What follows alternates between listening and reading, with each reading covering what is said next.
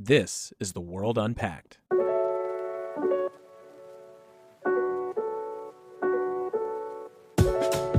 Right now, there is a real-life and ongoing experiment in the use of digital surveillance to carry out mass detention aimed at a specific marginalized group. This techno-dystopian nightmare is being conducted by none other than the government of China. With millions of detention camps, the repression of the Uyghurs is one of the world's worst humanitarian crises, and the Chinese government can be credibly accused of crimes against humanity for forced labor, torture, and sterilization of Uyghur detainees.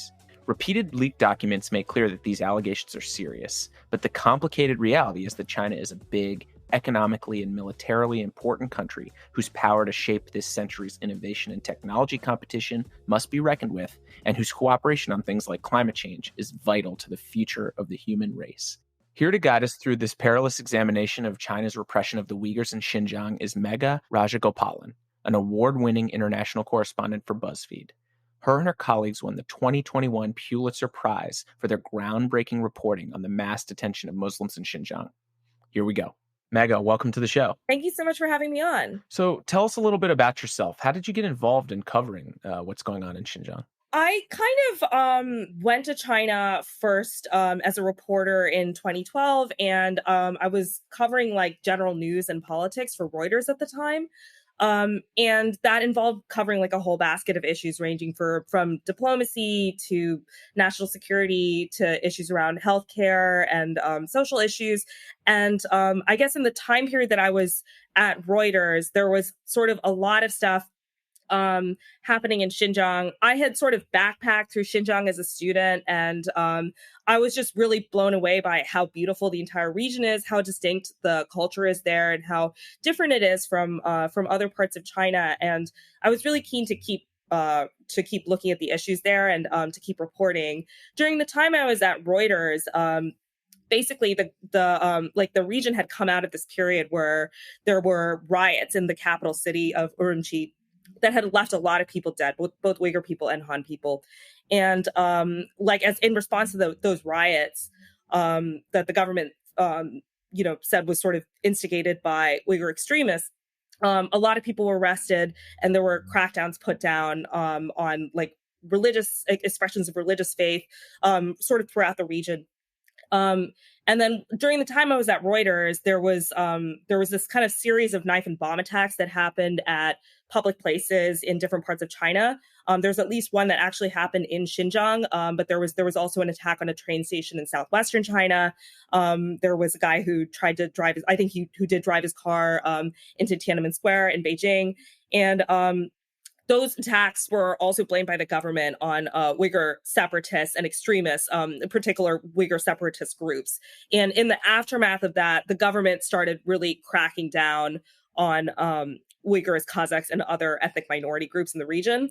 So that was sort of my kind of first introduction to that story. And then I sort of followed it on and off since like 2012, 2013, and then started reporting on it a lot more around 2017. Just a few weeks ago, we had a massive leak of photos that showed images of hundreds, thousands of detainees, some as young as 15. Also, it released some documents that showed how high up in the Chinese government the sort of, I guess, conspiracy or the policy decision to undertake this sort of detention policy was decided. So what was revealed to you, someone who's really, understands a lot about this issue, about this new trove of documents and images that was released into the world? I was really I think just as a piece of journalism, it was like an incredible public service, because I just wanted to say that because it reminded me of Tuol Sleng, which is the genocide museum in Phnom Penh in Cambodia, and because like that museum also contains an exhibition of basically the mugshots of individual prisoners. And it is just like a really emotional experience. And I sort of felt that same way when I was looking at that package with so many of those photos of detainees, because you really get a sense there of just like the diversity of people that we're talking about people that are really old, people that are very young, as you said, like people from different regions, different backgrounds. And you can see their the emotion in their faces. Like you can see how people look absolutely terrified at what's happened to them. And that sort of reflects to me like all of the people that I've interviewed that were former detainees. So I think it was sort of primarily important to me from that perspective. I think also, you know, like there has been reporting before on like the reasons that people get sent to these camps, but I think sort of like all of the additional pieces that keep coming out about how the system actually works, how these decisions are made, like these things have like helped us, I think, immeasurably in understanding the Chinese government's motivations and sort of like how they have really carried out this campaign. The photos and perhaps also the documents were like a couple of years old, and I think that that shows a couple of things. Like one, I think it's important to acknowledge that it seems like the shape of the campaign has changed quite a bit. But I think it's still like really, really relevant at this moment because you know, because I think that like knowing the government's intentions towards that group of people, towards Muslim minorities in Xinjiang, at sort of the height of this mass detention campaign, it tells us something about their current intentions as well, of course. And then the second thing is that I think it's fascinating that it was a leak. ICIJ has done like another kind of big project that was a leak of documents a couple of years ago that gave a lot of insight again into like the kind of the machinations behind the system. And these leaks are just unbelievably difficult to get. It's just so dangerous for people to smuggle this information out.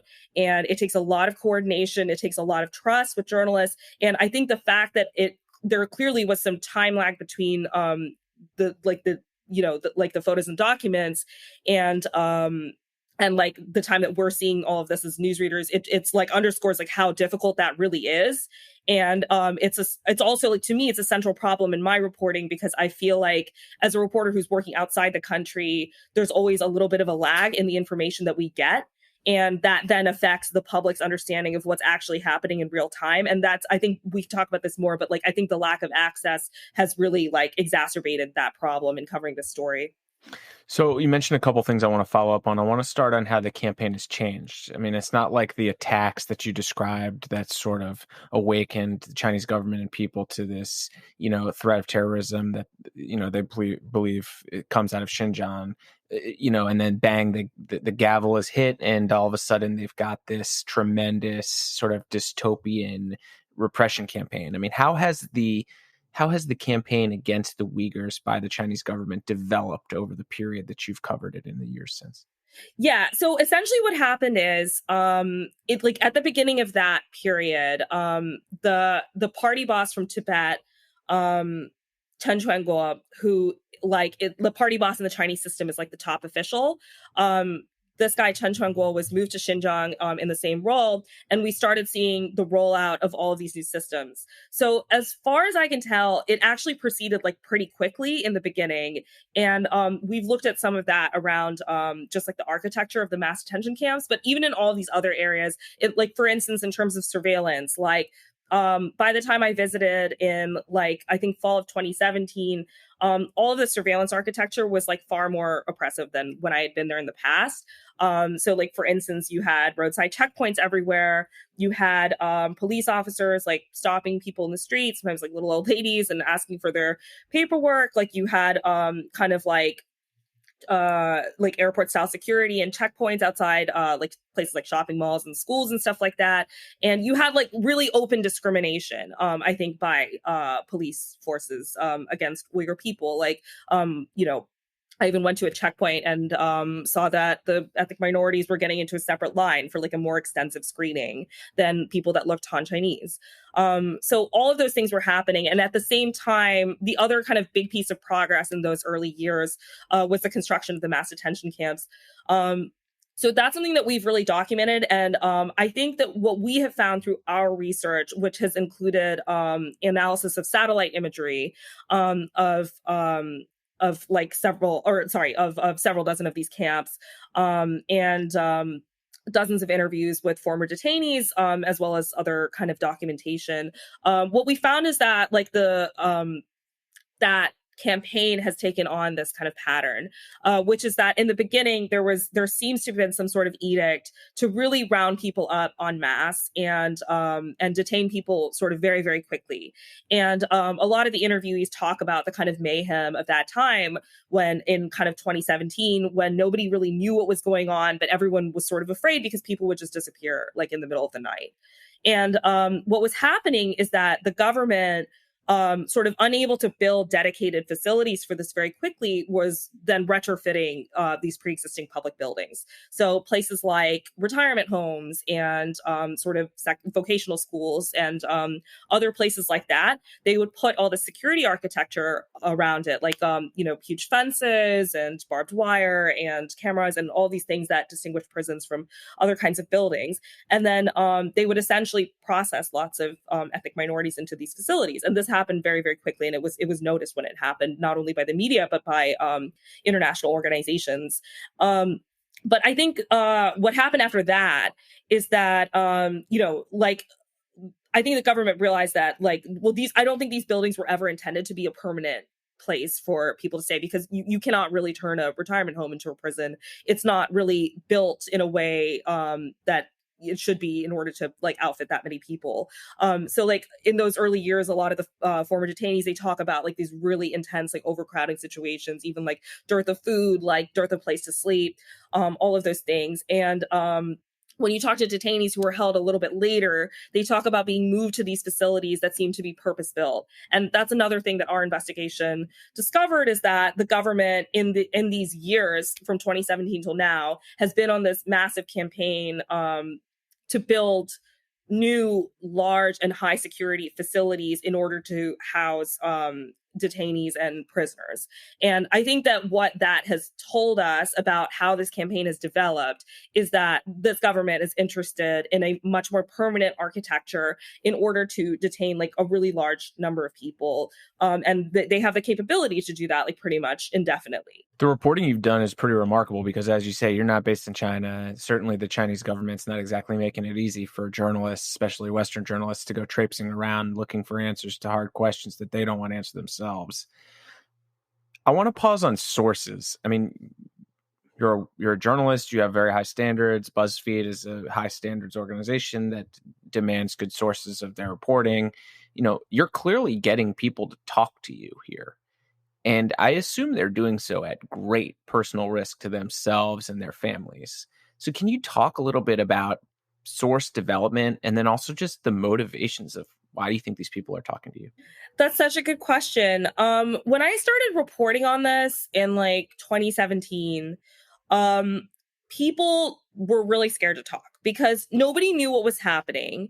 And if you actually went to Xinjiang, I was based in Beijing at that time, and if you actually went to Xinjiang, if you were a journalist, meaning it was in your passport, you had a journalist visa and a credential, so everybody would know that you were a journalist. If you were at a checkpoint, if you're a journalist, then essentially you would be followed around by police officers for your entire trip. And there are a lot of journalists that this has happened to, or you're detained and you're not able to go out and work. So it's essentially really, really hard to build sources that way because you run into an ethical conflict as well, because you don't want to endanger people. You don't want to get somebody else detained just because you were talking to them as a foreign journalist.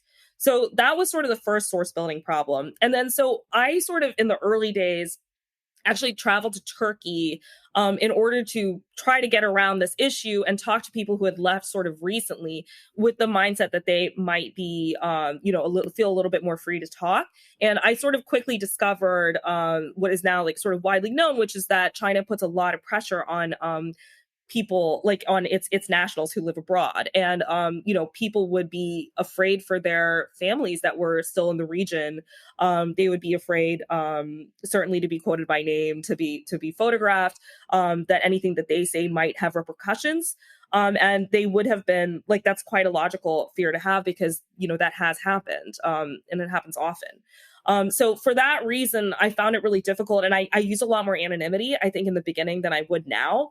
I think what sort of changed since then is that it's a few things, but I think in the Uyghur community, one of the things that's happened is that there's a recognition that if the kind of handful of people that are talking about this, I shouldn't say handful, but few hundred people or however many who are talking publicly about this. If they don't do it, it might be that nobody really finds out what's happening. And those people are not, just former detainees, but also relatives of people who have been detained and other people that have sort of connections to the system, I think. So I think that's one thing. And then the other thing I think that's been really big for source building for me in the context of this work is that is the Kazakh diaspora. And I think the reason that's so important is because they're, like Kazakhs and some of the other ethnic minority groups in Xinjiang, unlike Uyghurs, like they have, they can migrate to a place and be based on their ethnic background, obtain permanent residence or citizenship. They have the ability to do that if they can leave the country. So because of that, there were a number of people who were of Kazakh background who were detained in the camps, who were able to leave through various methods and actually be able to leave the country, actually resettled in Kazakhstan, and then sort of achieved a permanent or semi-permanent legal status. I think that afforded them a level of security that you wouldn't necessarily have if you were a migrant, if you were trying to leave the country and in the position of the Chinese government, not renewing your passport and so forth, which has happened to a lot of people. Speaking of what it's like on the ground, you described forced labor, forced sterilization. There's also, it seems to me, a campaign of sort of Hanification or like mainstream Chineseification of these communities that otherwise have different cultural touch points. What is this doing to the community in Xinjiang? I mean, I'm thinking back to like Orwell's 1984 and, the hero of that novel emerges sort of loving Big Brother. I mean, is this the kind of thing we're seeing in this community? I mean, yes, I think definitely. I think, Hanification or sinicization or whatever you want to call it. I think this is like a big part of this campaign. I think, I think there's in some way you could think about this campaign as like a forced assimilation campaign. I mean, it shows up in many different ways. I think one example I can think of, because I've actually just talked to him recently, is Abdulwali Ayub, who is Uyghur linguist, and he was actually arrested and left the country like before any of this happened, but not long before, like maybe a couple of years before. And his like the thing that he quote unquote did wrong is that he opened this like chain of kindergartens and other schools that taught Uyghur children in Uyghur language. And this is a thing that when he did it was actually legal. It wasn't, there was no law in the books that said he couldn't do it. But he still was essentially was stalked and by police and harassed and then eventually arrested and then left prison and then forced out of the country. And to me, like, that's a really good example of this, because you would think, like, I mean, there's nothing really threatening about teaching little children, things that little children learn in their own language. But it shows that thing is like, that is something that the government sees as potentially threatening, because it doesn't conform to, schools in the majority of China, which teach in Mandarin Chinese. And then I'll just give another example. There are a lot of examples, but I'll give another one where this shows up, which is essentially like the Disneyfication or whatever you want to call it. The Disneyfication of ancient cities, like Kashgar, which is in thousands of years old city that sat on the ancient Silk Road. It has sort of completely changed in the way that it looks. And a lot of that is a result of tourist infrastructure that has been built primarily for Han Chinese tourists. So how do we know they're Han Chinese tourists? Because there's really serious curbs on mobilities for Uyghurs and other ethnic minorities. It'd be really hard to be a tourist if you need like a permit from your local police department to like even leave your town, right? So we're really talking about Han Chinese tourists, like probably from other parts of the country that might come in. And what they see when they come to Kashgar is this kind of like commodified version of the Uyghur culture. So it's a thing that has some nuance, because it's like, when you look at like culture that's been commodified or been gentrified or whatever you want to call it, like, I mean, in some sense, like you could say that it's still culture, but it's culture that is not for the people that are from that culture. It's culture that's been sort of repackaged for a completely different audience. And that to me is like maybe one of the most powerful symbols of the kind of like the dying of the culture sort of at the hands of this government policy. When we come back, I'll ask Megha about China's digital surveillance campaign and its impact in Xinjiang. Hey, World Unpacked listeners. I hope you're enjoying the episode. For more great episodes of The World Unpacked, make sure to hit that subscribe button on your preferred podcast platform. And tell all your colleagues at the State Department, the Ministry of Foreign Affairs, or just the next folks you have over for dinner that they should subscribe to. Thanks for listening. So there have been tons of reports about the incredible digital surveillance campaign that's being undertaken in Xinjiang. I mean, this is sort of new age digital repression, really the forefront of it. So can you talk a little bit about the way in which the Chinese state looks at mobile phone apps and uses facial recognition to track Uyghurs? Yes, definitely. It's so funny. Like when I first when I took a reporting trip to Xinjiang in 2017, we actually put out this piece about mass surveillance. And we touched on this issue of the camps and and other kind of abuses, but the piece we wrote really was about mass surveillance, and it sort of made the argument that this is the future of mass surveillance run amok. Like this is sort of what it could look like. And I think like in the years since we've done that, it's sort of been borne out. And I mean, it's kind of crazy to say that, but like what I feel like when I first was reporting on mass surveillance in Xinjiang, I was like, oh my God, I've never seen any of this technology before. Of course, it was being used, but just like not as widely as it is today in other parts of the world. And I think in the years since, like we've seen facial recognition technology become like just standard use gear in police departments and state security agencies all over the world. And a lot of it is made by Chinese companies like SenseTime, like Megha, lots of Huawei, like other companies that make facial recognition for sort of a whole range of purposes. But a lot of it is made by, American, European, Israeli, Japanese companies as well. So I think like what the thing I think that is still unique about Xinjiang is that you have an environment where there's a group of people, like half the population who are Muslim minorities, who really have no avenue whatsoever to like redress any harm that is done to them. So they cannot go and sue a company, or they can't go and sue a government agency to say like, well, you violated my privacy, you arrested me without consent. Like, of course they can't do that. So in this environment, like the government is free to use sort of maximum modes of surveillance. So if you're a Muslim Uyghur living in Xinjiang, you probably have a smartphone. Most people do. Describe to me, how is the state tracking me? What are they doing? Yeah, so definitely a few different ways. I think one thing that's important to note is that like having your phone off is actually like based on some records that were leaked. Like having your phone off is actually considered a point against you. So it's like you can't really opt out of the system. Because like if you have your phone off, it's considered that you maybe have something to hide, for instance. So like there's a number of ways that you can be tracked. I mean, some of them are like really pedestrian stuff, like like the government could request to the mobile phone carrier details of your location. That's one way. There are apps that people have been coerced into downloading that seem to have location tracking. That's another way. Another example that I'll mention is some research by Human Rights Watch into a app called the Integrated Joint Operations Platform, which is a bit of a mouthful.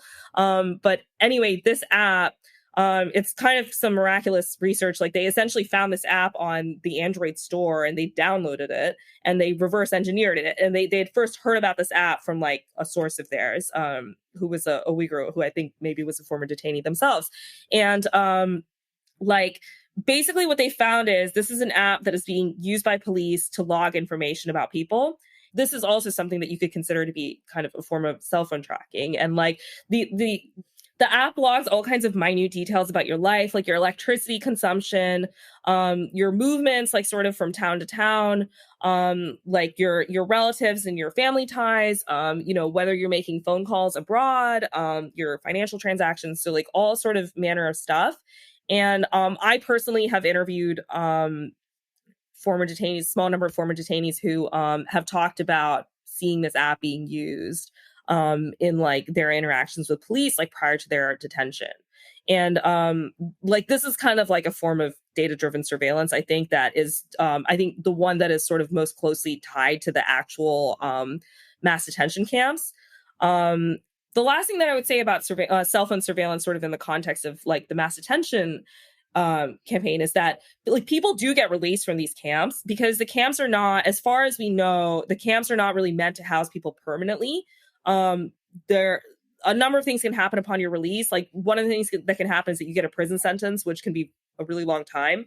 Another thing that can happen is that you may be released but put under house arrest, or you may be put under town arrest. So if you're under town arrest, for instance, cell phone surveillance then becomes a lot more important, because that is one of the ways that they track where you are and whether you are like leaving the area that you're supposed to be in or not. And you can see like the manifestation of cell phone surveillance in the reality that there's so much that happens in the region that just does not make it out to the broader world. I heard an anecdote from someone who was living in Europe that they were seeking to find out if like a friend of theirs who was still in the region of Xinjiang was fine, like was in the camps, that like was still alive, or like they were just looking for kind of a sign of life.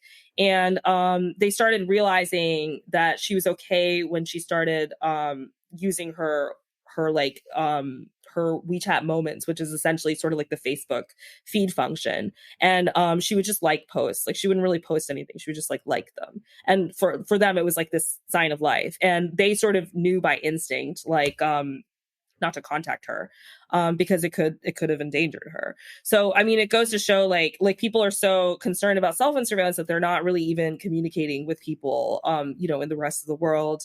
And they would probably face this kind of same concerns about communication, certainly within their own communities as well. In China, the digital surveillance state is not limited to Xinjiang, although it's obviously been weaponized there.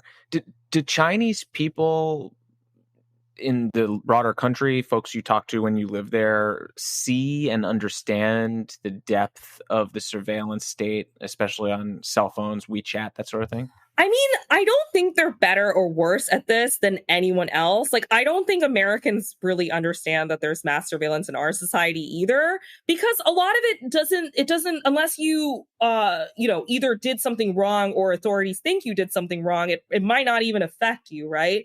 I think the main way we think about it is as consumers, like we think about it in terms of targeted ads and stuff like that. And Chinese consumers are like that as well. Like there's, there's a lot of kind of anti-surveillance sentiment on Chinese social media. There have even been like sort of campaigns on this with regards to companies saying like, don't keep my data, don't use my data to target me. Like we do care about privacy.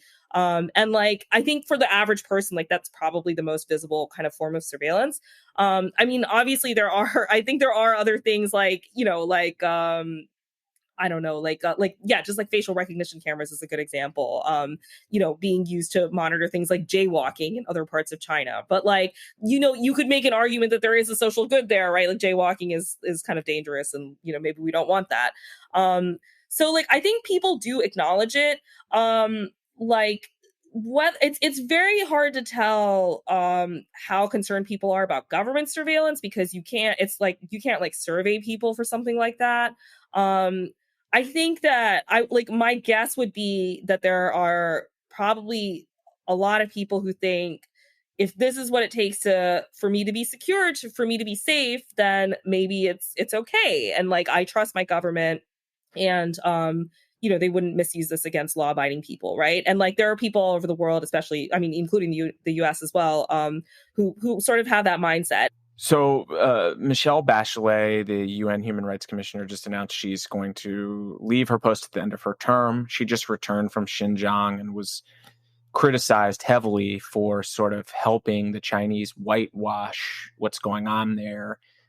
There's also apparently going to be a UN report on Xinjiang, but so far it's been delayed and potentially may not get released at all. It really shows China's power to to stuff the bad coverage from multinational organizations of their behavior in Xinjiang. I guess I want to ask you, if having covered this for so long, what's the future for the Uyghur people in Xinjiang? And is there anything that might get this situation to change for the better? Oh, man, that's a tough question.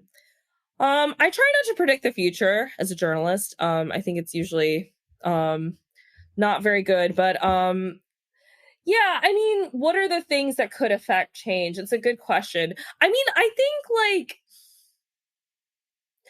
I would argue, I feel like every time I talk about this issue, people are, well, why is it so undercover? Why don't people care about it? Which is that's not wrong, but it's all relative. To me, when I first started covering this, it was an issue that really, you couldn't get readers to. You really couldn't. And now, I think every single piece that we've done has attracted millions of people, and I never ever would have expected that. And I think that's something that is sort of intangible about the public's consciousness about it. The other thing is that I do feel like sanctions that have been put on in particular by the US have had the effect of forcing businesses to transition money out of Xinjiang. How effective that is in a larger sense is sort of hard to tell, because there are a lot of, in terms of monitoring supply chains, there are a lot of, I could go on forever about the problems in doing that, and how easy it is to sort of evade regulatory scrutiny. But I think it has caused a change in behavior in, several different sectors that I can think of that were manufacturing or are manufacturing still in Xinjiang. And I think those things, it does seem that the government, I'm not sure how much the policies have changed, but the government has certainly changed its messaging. They have talked about, they went through this initial period where they were saying, well, there are no camps. What are you talking about? There's no such facilities. And then once the UN Committee on the Elimination of Racial Discrimination sort of brought its platform and more attention to the issue, the messaging changed, and then they said, well, actually, there are facilities, but they're voluntary, they're for re-education. They're not prisons. We're not, kind of like that. And there's sort of made a small kernel of truth there, in that they were, they were teaching people Chinese language and sort of Communist Party thought and stuff and so forth, and government thought.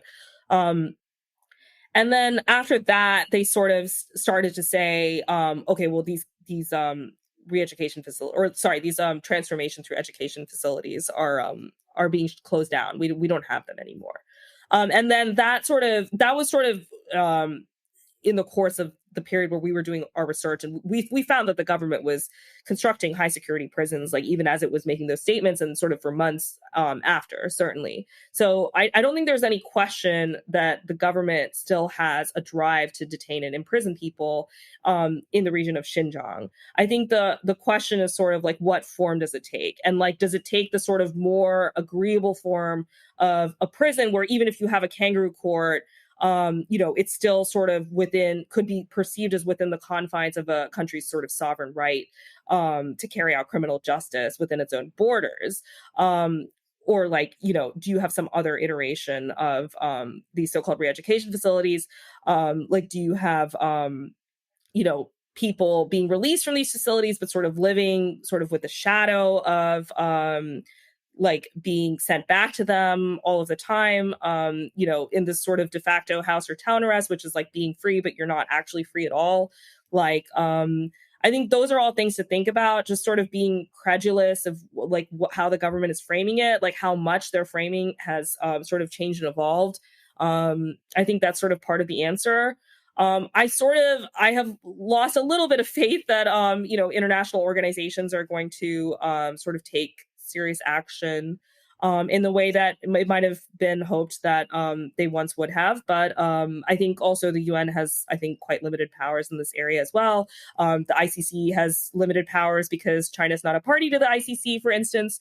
So I think, to me, if there's going to be something that makes a difference, it's probably going to be action from companies and sovereign governments. Megha, thank you so much for coming on and for your reporting, which is deservedly award-winning. And everyone who's listening, please go check out the amazing work that her and her team did to show the world what's going on in Xinjiang. Thank you for coming on. Thank you so much.